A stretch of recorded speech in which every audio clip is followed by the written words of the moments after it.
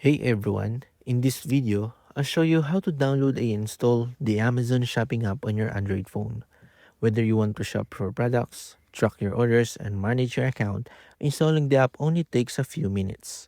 First, unlock your Android phone and open the Google Play Store. Next, tap the search bar at the top of the screen and type Amazon Shopping.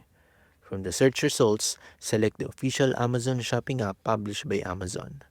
After that, tap the install button to begin downloading the app.